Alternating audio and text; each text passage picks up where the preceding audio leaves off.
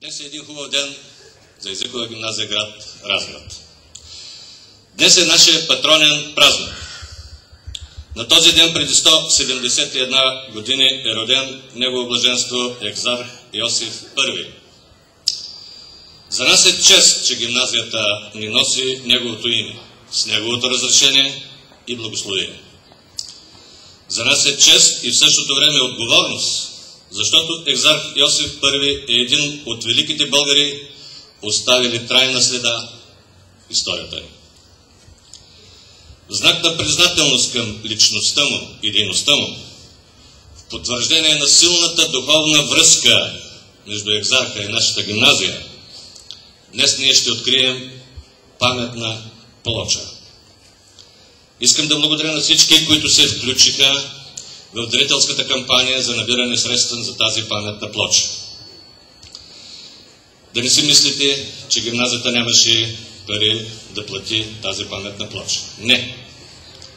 Но това трябваше да стане точно по този начин, чрез дарителска кампания, защото месец преди да почине Негово блаженство е учредил 3 дарителски фонда на Българската академия на науките, на Светия Синод, и 3-тия дарителски фонд е на нашата гимназия.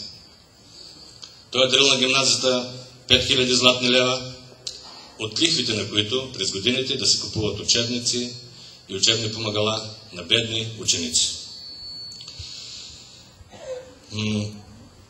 Ние продължаваме все още безуспешно да търсим следите към днешна дата на този фонд.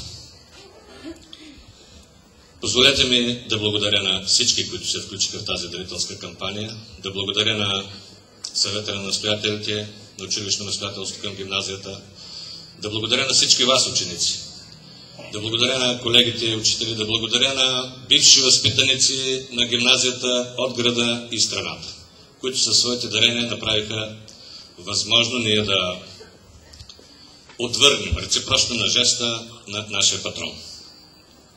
Позволете ми в този хубав ден да представя и нашите гости, които със своето присъствие тук дават ясен знак за съпричастност към нашия празник и уважение към нашия патрон.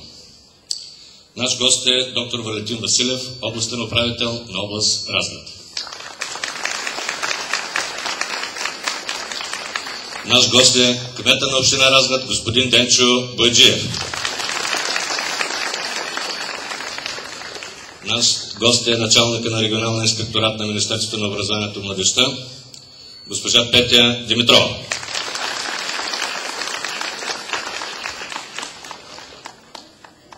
Тук до мен трябваше да е и най-дългогодишният директор на гимназията, директор от времето, когато тя наистина става гимназия с преподаване на чужди езици, госпожа Йорданка Господинова, но се е поразболяла и силно се надявам до вечера да бъде сред нас в залата. Наш гост също е и архиерейски наместник отец Георги.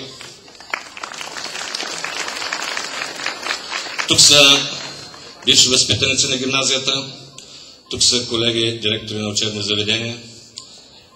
Сред тях е един бивш възпитаник на гимназията, господин Стоян Великов, председател на Съюза на ветераните, който е завършил гимназията дори тогава, когато кмета на общината не е бил роден. Заповядайте, господин.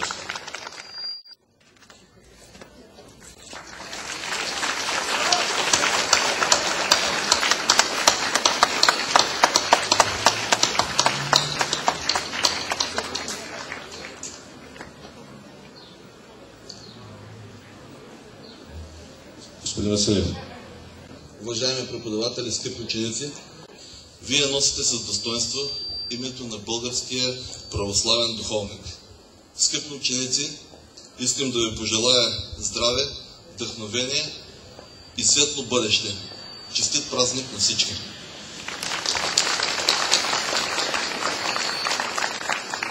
Давам думата за приветствие на кмета на общината, господин Денчо Бойджиев.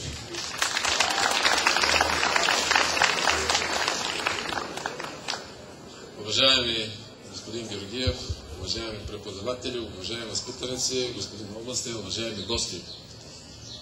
Днес наистина е един изключително хубав празник, за ръководството, за възпитаниците, за настоятелството на нашата гимназия, защото съчетаваме няколко празника в едно. Но може би най-хубавото, най-радостното е, че днес на фона на тази изключително достолепна сграда намери своето място и нейния патрон.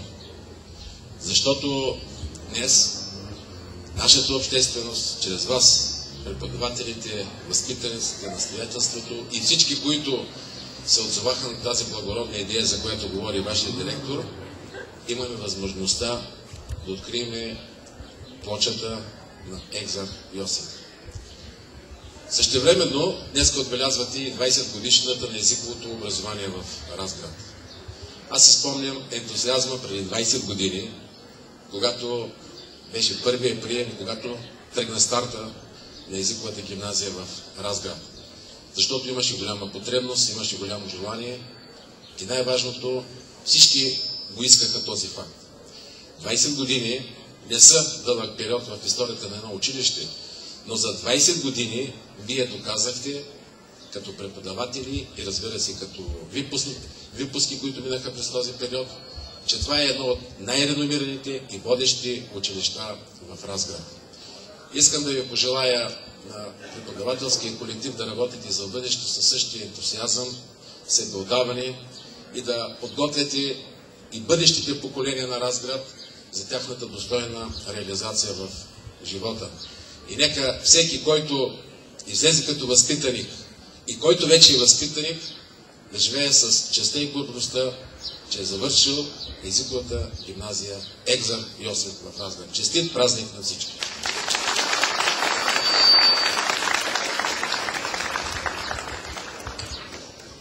От скромност господин Бойджиев забравя да спомене, че до началото на следващата година в гимназията ще има трети компютърен кабинет, благодарение на усилията на община Разград.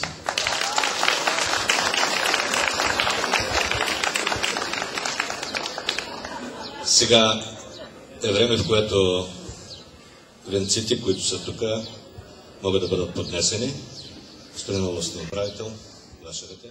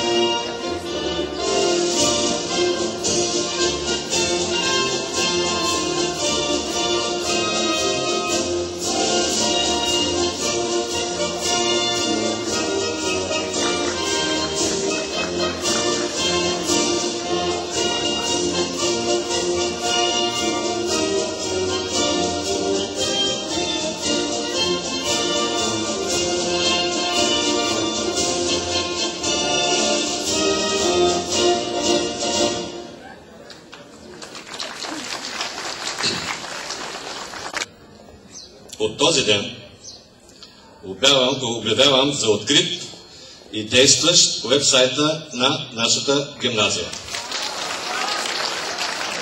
Адреса е следния.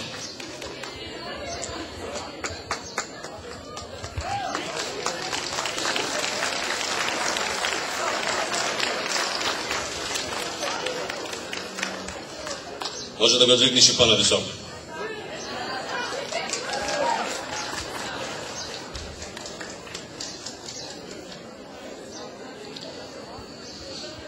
Това е още едно място в виртуалното пространство, където всички приятели на гимназията могат да научат много неща за нея. Може да се води диалог. За мен и за всички, които работят в гимназията, е особено ценно препоръките, които вие ще дадете, за да става гимназията и да остава гимназията най-доброто място за учене в Разград. Господин кмета каза едно от най-добрите, аз считам, че това е най-доброто място.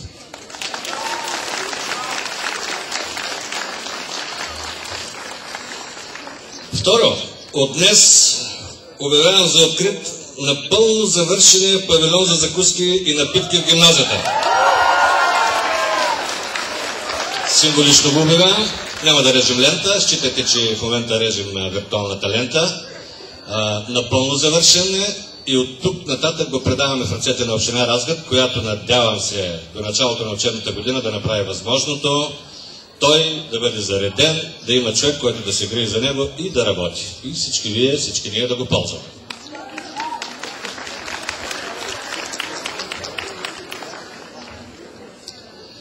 И нека да обявя и още едно откритие за този ден.